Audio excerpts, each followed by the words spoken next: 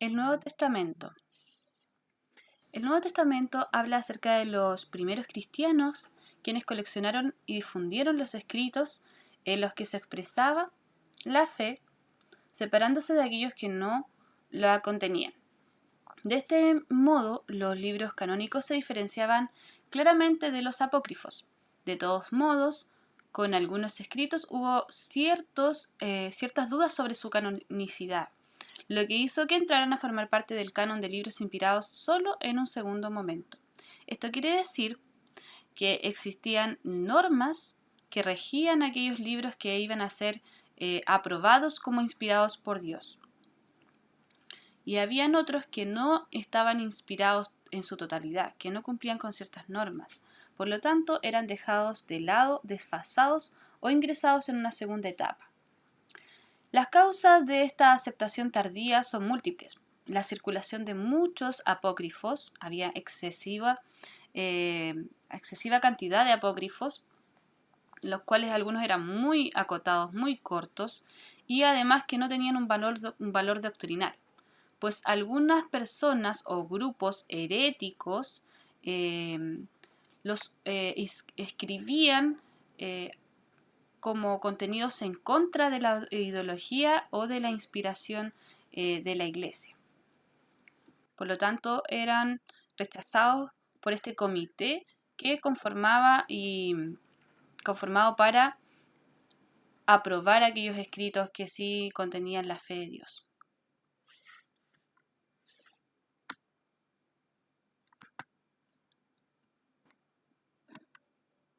Algunos conceptos.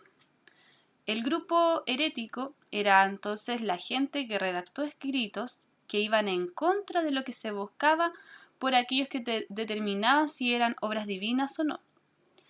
Estas personas quienes determinaban era un comité que aprobaba o no aquellos libros. Apócrifo entonces se refiere a personas, a algo que no es considerado por la Iglesia como inspiración divina. Por lo tanto, existían libros canónicos, los inspirados, los que formaban parte de la norma, y los libros apócrifos que no eran considerados como inspiración divina por la Iglesia.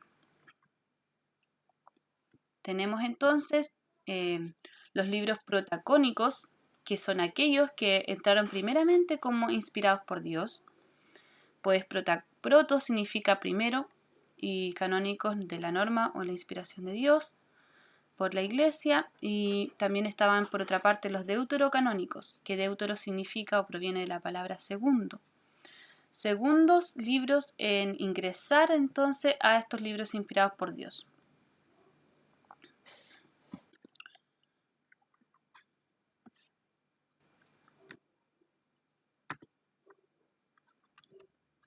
Bueno, la formación de los libros sagrados se fue dando o desarrollando de una forma lenta. Incluso entre los hechos y su narración transcurrieron muchos años y siglos. Dentro de estos libros caben los del Antiguo y del Nuevo Testamento. El Éxodo es un suceso del cual formó parte del pueblo de Israel, quienes estaban, bajo la esclavitud de Egipto. Este pueblo estaba bajo una promesa de Dios, quien nos iba a liberar, de esta esclavitud.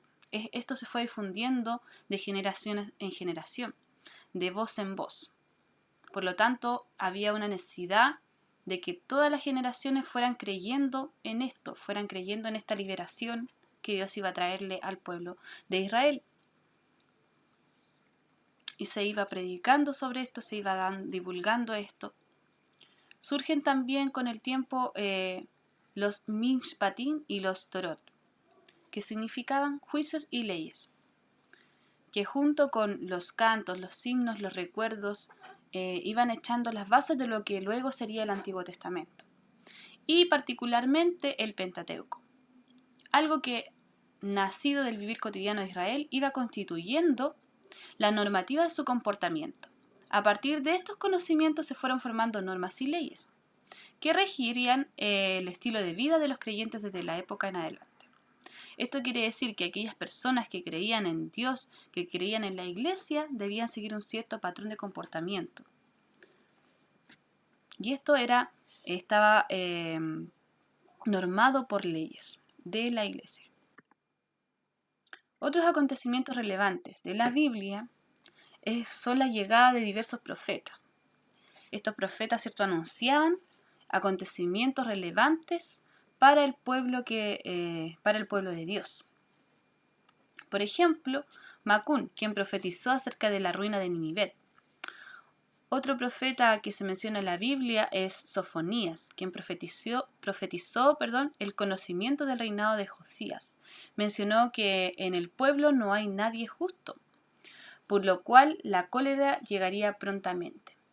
Habacuc también visualizó en los babilonios los instrumentos de Dios destinados a castigar a los asirios. Jeremías trató de evitar el castigo de Dios, llamando al pueblo a regresar a su Dios. O sea que se empezó a acontecer una rebeldía por parte del pueblo de Dios y empezaron a tener que tomarse ciertas medidas.